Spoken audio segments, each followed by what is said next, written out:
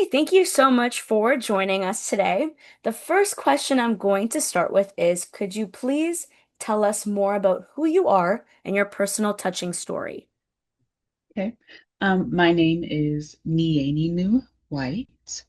I am from the East Coast. I'm an East Coast girl living in the West Coast.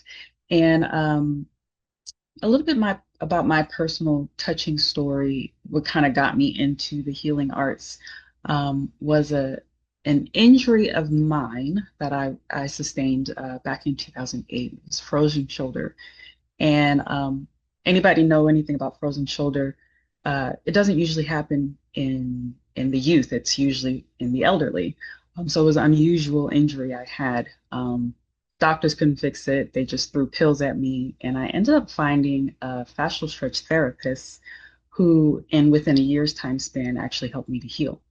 And that sparked an interest for me, and I became certified in the practice. I remembered all of my healing touches that I would do when I was younger, decided to expand upon that practice of fascial stretch therapy into Reiki and acupressure. Um, so, what I ended up doing was just learning how to heal myself and maintain the energy that was put into me, that was invested into me, so that I can then invest in others as well. So yeah, Oh, what a story. That's wonderful. You did mention a little bit about your training, but if you could explore it just a tad bit more, that yeah. would be amazing. So I have certifications in fascial stretch therapy, which is a form of assisted stretching. I have Reiki certification level one, two, and up to a master's certification as well. So I am a Reiki master. I did go back and get level one certified in Kemetic Reiki as well. So I have different, lineages of Reiki healing practices under my in my tool belt, and then acupressure and self-taught. Learning about pressure points through fascial stretch therapy, massage therapy, self-taught massage therapy, made me wanted to dive deeper into traditional Chinese medicine on my own. So I am self-taught acupressure, and whenever I work with people who are licensed acupuncturists, they're like, "Oh, how'd you know? Oh, that's cool. Yeah." So it validates my self-taught energy of the acupressure. Also, self-taught herbalist as well. I make topical herbal oils that help with pain management, stress management, and help me to sleep better at night. And that is just lineages through my family. Like most of the women in my family are self-taught herbalists as well, too. So, Wow, that's actually really cool. Thank you for sharing. All right, my next question is, what makes you unique that sets you apart from the rest?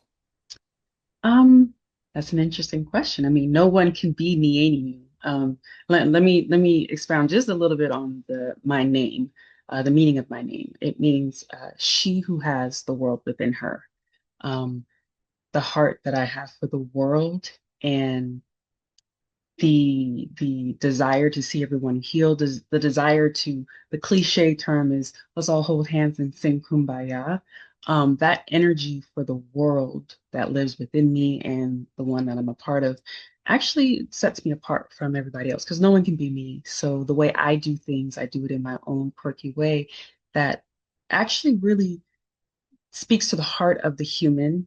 And I call it like I see the child in every adult, right? It's easier to work with children because they're already children, but everybody has a little child in them. And I tend to speak to that. It's almost like a nurturing mother. So I feel like that's what kind of sets me apart when I'm working with my clientele. That was beautifully said. All right, so we're gonna move on to a little bit about your clients now. So, what are the most common conditions you experience from your clients? Anxiety, imbalance of energy or even thought processes. Um, and a lot of times people are seeking direction. They're wondering like, what should I do? I'm stuck in between a rock and a hard place with this situation. Let me get some Reiki to clear out that energy. A lot of times my clients don't know that they need acupressure. So I usually set up my first time clients with a consultation that includes Reiki and acupressure. I like to combine my services. And then I usually give them a little spiel, letting them know that during the Reiki session, it is touch Reiki. If you feel a little bit of pressure, just breathe through it. That's me helping to move the energy along because acupressure moves stagnant energy. Reiki moves stagnant energy. So they're just two different tools to help move that stagnant energy. So yeah, the imbalances, anxiety, just the lack of direction as well. That's so cool. Thank you. Okay. Your next question about clients is could you please share three tips or processes that you take your clients through? Yes.